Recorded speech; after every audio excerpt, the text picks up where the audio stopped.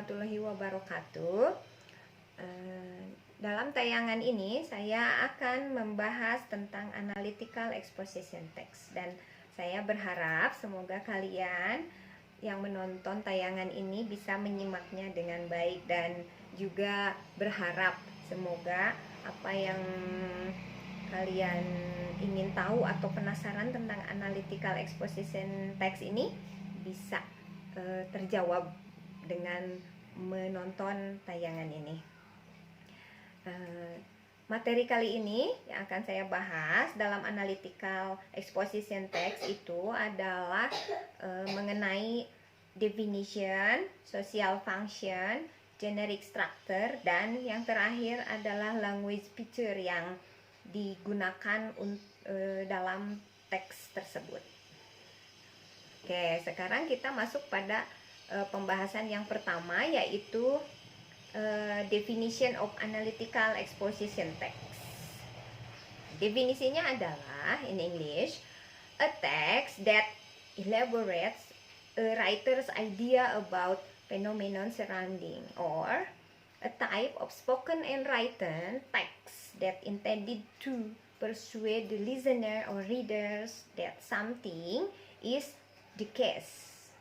Maksudnya kalau dalam bahasa Indonesia kita artikan yaitu sebuah tulisan atau pidato atau pembicaraan yang menunjukkan opini si penulis mengenai hal-hal yang sedang mereka pedulikan atau sedang terjadi di sekitarnya.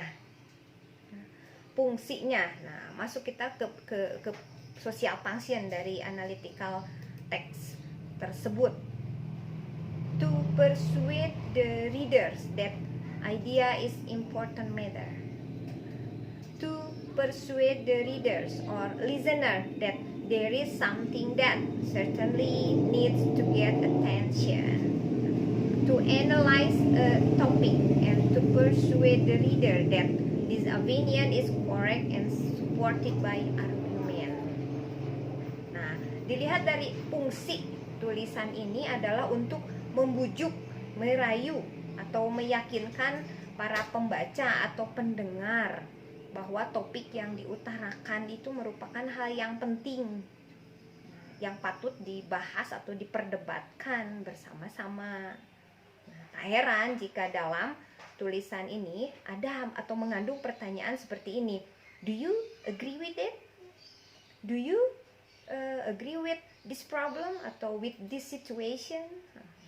Atau with the topic, atau misalkan what do you think about that. Nah, timbul pertanyaan-pertanyaan seperti itu nantinya.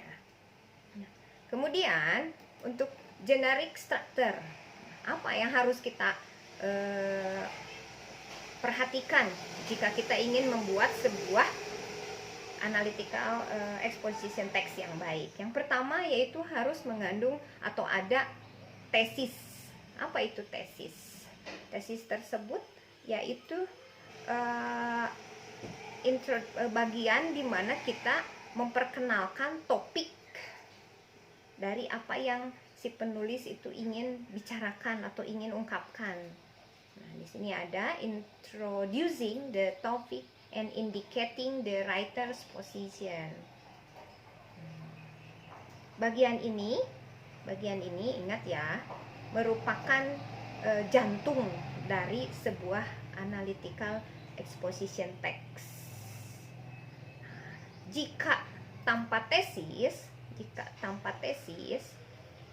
atau topik yang diangkat di teks ini, maka itu tidak akan menjadi sebuah analytical exposition yang lengkap atau yang bagus. Kemudian bagian yang kedua dari generic structure-nya yaitu ada arguments yang merupakan badan dari teks tersebut. Nah, di dalamnya yaitu berisi tentang ekspresi atau ungkapan-ungkapan atau pendapat-pendapat si penulis mengenai pendapatnya atau opininya yang ada di tesis tadi. Nah, di sini kita ada pengertian dalam bahasa Inggrisnya yaitu explaining the arguments to support the writer position. Nah, maksudnya menjelaskan pendapat-pendapat apa saja sebagai pendukung dari tesis yang tadi, yang opini yang ada di tesis tersebut maksudnya. Nah, yang terakhir yaitu bagian generic strukturnya, yaitu kita mendapatkan reiteration atau conclusion atau kesimpulan. Nah, kita bisa mendapatkan reiteration ini dari tesis yang kita buat tadi di paragraf pertama. Dan reiteration juga sering kita sebut sebagai penegasan atau pernyataan ulang dari sebuah tesis. Nah, ini restating the writer's position. Itu. Kemudian yang terakhir ada language picture. Apa saja yang digunakan untuk membuat sebuah analytical text, analytical exposition text yang baik itu. Yang pertama, kita harus menggunakan simple present tense yang identik dengan verb pertamanya dengan verb 1 atau verb s or es, dengan to be yang dipakai yaitu are, am, is, do, and does. Yang kedua, using expression sentence, menggunakan kalimat-kalimat yang bersifat mengekspresi. Contohnya seperti feel, now, realize, sense, dan yang lainnya.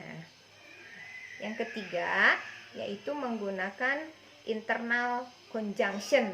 Nah, untuk penggunaan internal conjunction biasanya digunakan pada bagian argumen di generic strukturnya, yaitu contohnya seperti first, second, third, seperti itu, yaitu untuk mengurutkan pendapat-pendapat dari atau argumen-argumen dari si penulis. Kemudian selanjutnya dalam language picture itu kita menggunakan causal conjunction, yaitu pernyataan sebab dan akibat. Mungkin dalam tayangan ini saya hanya akan membahas itu saja 4 poin dari apa yang menjadi bagian atau yang membuat kita bisa membuat simple, maksudnya analytical exposition text itu dengan baik. Nah, sampai jumpa di tayangan berikutnya yang nanti saya akan menjelaskan lebih detail dari materi ini. Semoga bermanfaat buat kalian dan semoga kalian selalu diberi sehat. Mungkin itu saja. Terima kasih atas perhatiannya. Wassalamualaikum warahmatullahi wabarakatuh.